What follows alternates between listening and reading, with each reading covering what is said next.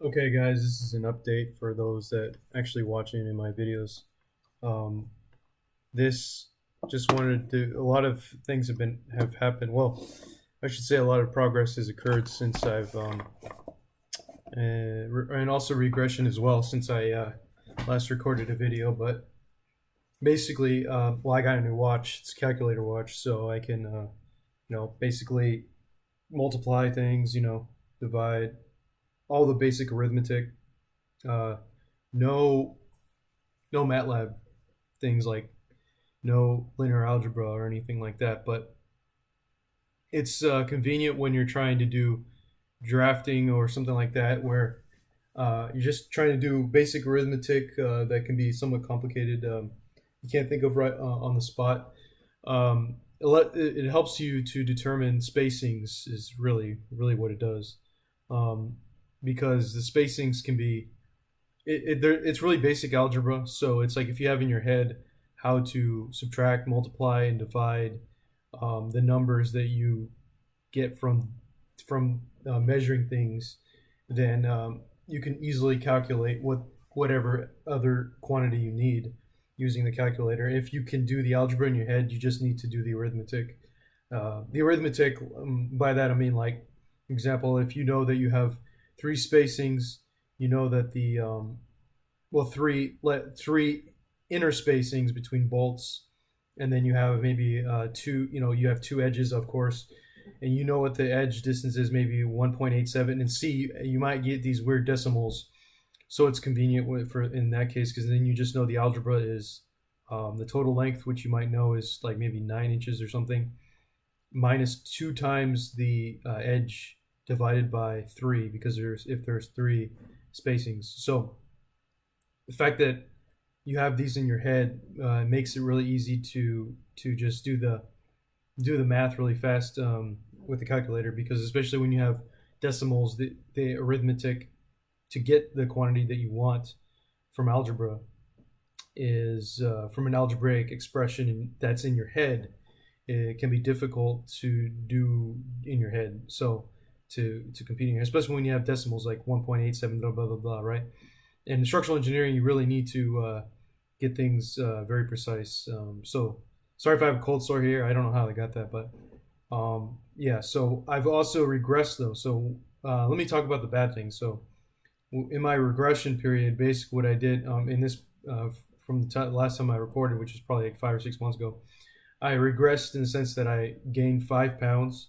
And what's been going into my system, what I've eaten is not as um, I haven't really cared as much, because um, mostly I'm just enjoying the suck of trying to get a job. It's been about 9 months already, and I was really close to one opportunity, but then when that opportunity was no longer, when I failed that opportunity just because of one little thing that the manager didn't like, which is the fact that it wasn't committed to 10 years. Because of that, I mean, that's one form of progression, but everything else is like it's stagnant. Um, Learning has been stagnation to a certain extent, and but then it's like it just feels like everything's stagnating, even though there's some progression in the career, some of the career stuff. Everything at the overall scale feels like stagnation. I've also been working on a CE 121 project redo, and that's been going on. I mean, that's been going very well because of the fact that I capped out on everything educational related, because of the fact, because I'm not eligible to take the PE. I need 1 year of experience before I can take it.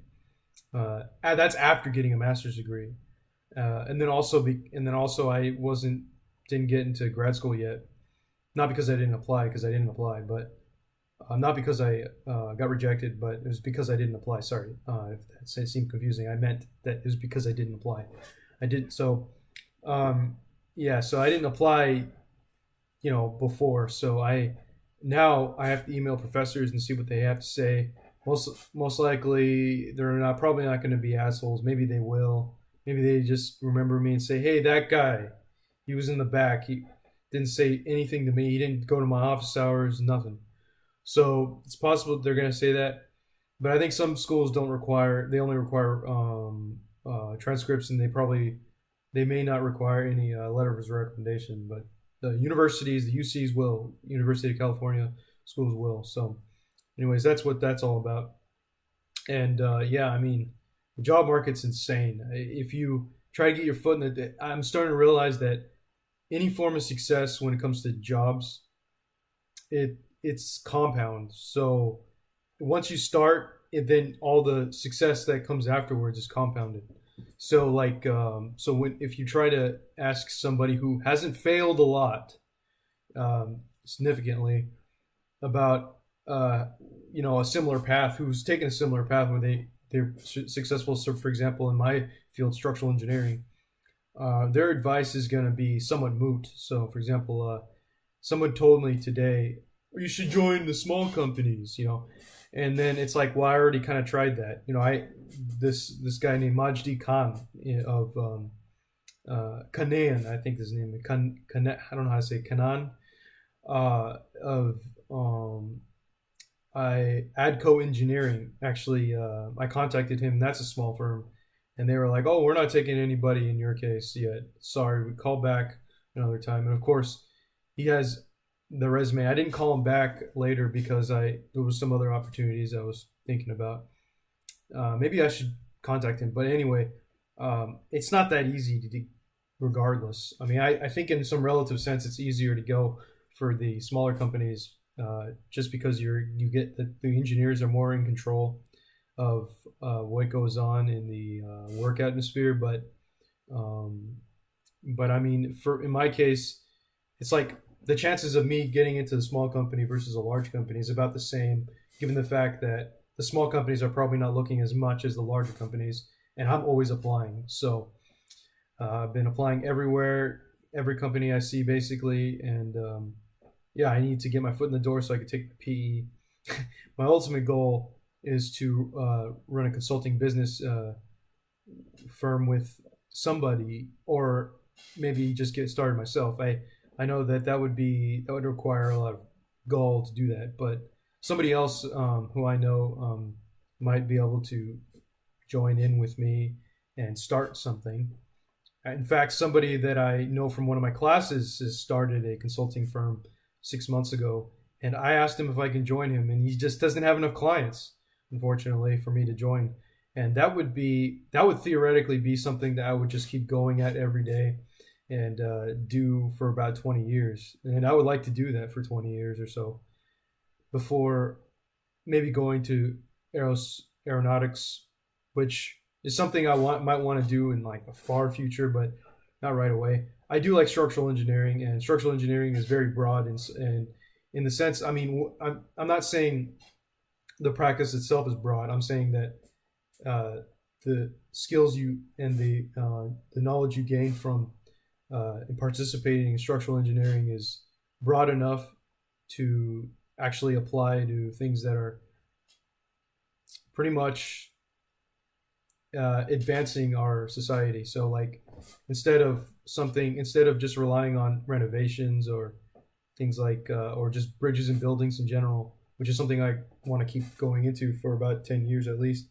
Um, Rather than just that, we're going to be seeing different types of structures as we go to different planets and stuff like that. So we're not going to just see that um, all the time.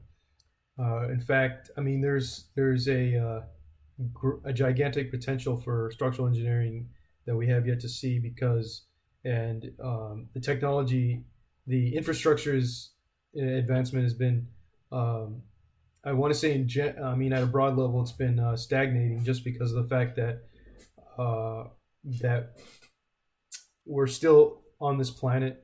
We're still trying to rely on soils and the same kind of stuff that we've always been relying on since the start of civilization.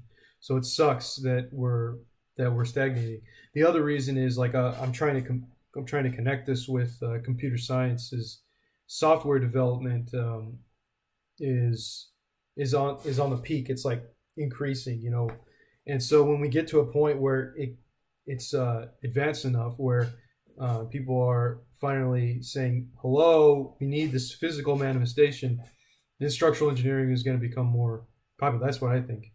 But everybody's got their opinion, and I might just be completely biased. And I do have a passion for this because I do spend hours on trying to draft stuff and design and try to figure out how to make things more cost effective, structures more cost effective, and just basically looking at configurations for structures and yeah, and all the time. So thanks for watching. This has been going on for too long, and this is the update. So I'm just gonna keep looking until I find something. Someone's got to take me, and then I'm also going to apply for grad school. Thank you for watching.